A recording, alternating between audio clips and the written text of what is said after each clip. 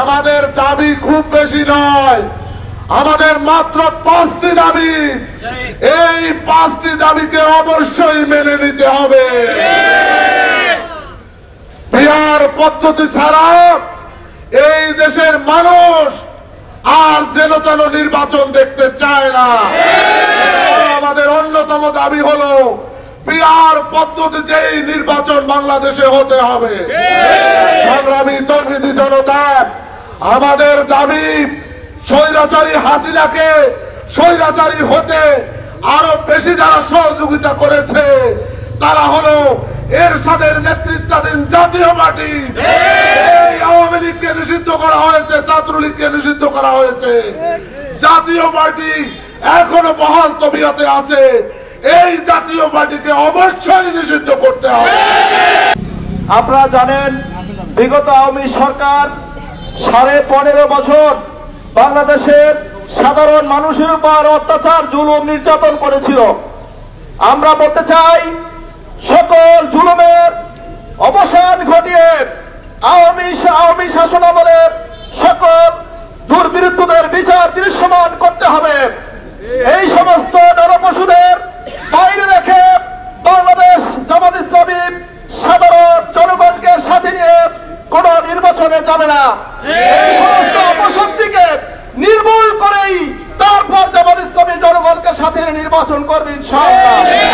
দীর্ঘ 16-17 বছর বাংলাদেশের মানুষ নির্যাতিত হয়েছে, নিপীড়িত হয়েছে, নিষ্পেষিত হয়েছে, একটি শ্বাসরুদ্ধকর পরিবেশের ভিতরে অতিবাহিত করতেছিল। জুলাই যোদ্ধাদের কারণে এদেশের আপামর মানুষের, মেহনতি মানুষ, শিশু, নারী, সর্বস্তরের মানুষের বুকের তাজা রক্ত ঢেলে দিয়ে এই স্বৈরাচারী সরকারকে বিদায় গ্রহণ করেছে। আমরা আজকে মুক্ত, একটি নতুন স্বাধীন বাংলাদেশ আমরা পেয়েছি।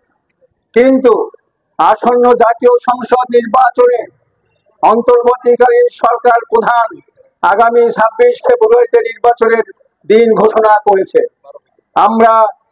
আমরা স্পষ্ট বলতে চাই, নির্বাচন আমরা চাই। বাংলাদেশ জামাত ইসলামী একটি নির্বাচনমুখী দল, নির্বাচন থেকে আমরা পিছনে হটবো না।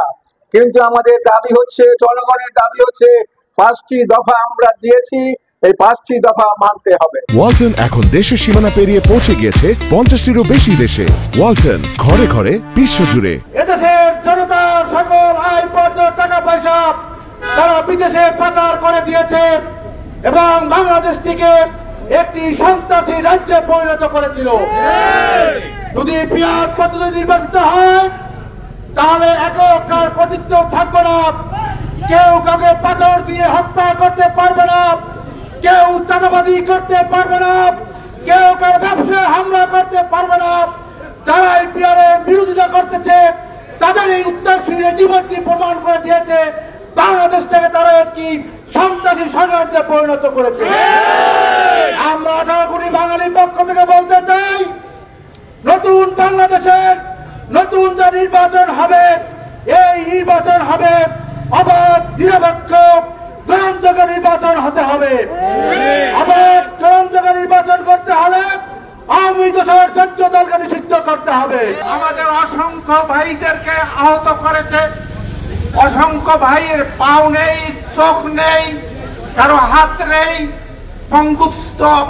পঙ্গুত্ব অবস্থায় তারা জীবন যাপন করছে। সাথী বন্ধুরা, যারা এইগুলো করেছে, যারা নির্দেশ দিয়েছে, যারা এই নির্দেশকে বাস্তবায়ন করেছে, তাদের দৃশ্যমান বিচারে দেশের মানুষ দেখতে চায়। সংগ্রামী সাথী বন্ধুরা, বিগত 15 বছরে 16 বছরে আমরা ভোট দিতে পারি নাই, দিনের রাত্রে কেটেছে। আরো কি আপনারা চান এরকম আবার অবস্থার সৃষ্টি হোক? আমরা এই পদ্ধতি আর আসতে না পারে, এই জন্য জামাতে ইসলামী এমন একটি নির্বাচন চায় যে নির্বাচনে সারা দেশের মানুষ নির্বিঘ্নে যার ভোট সে দিয়ে আসতে পারে।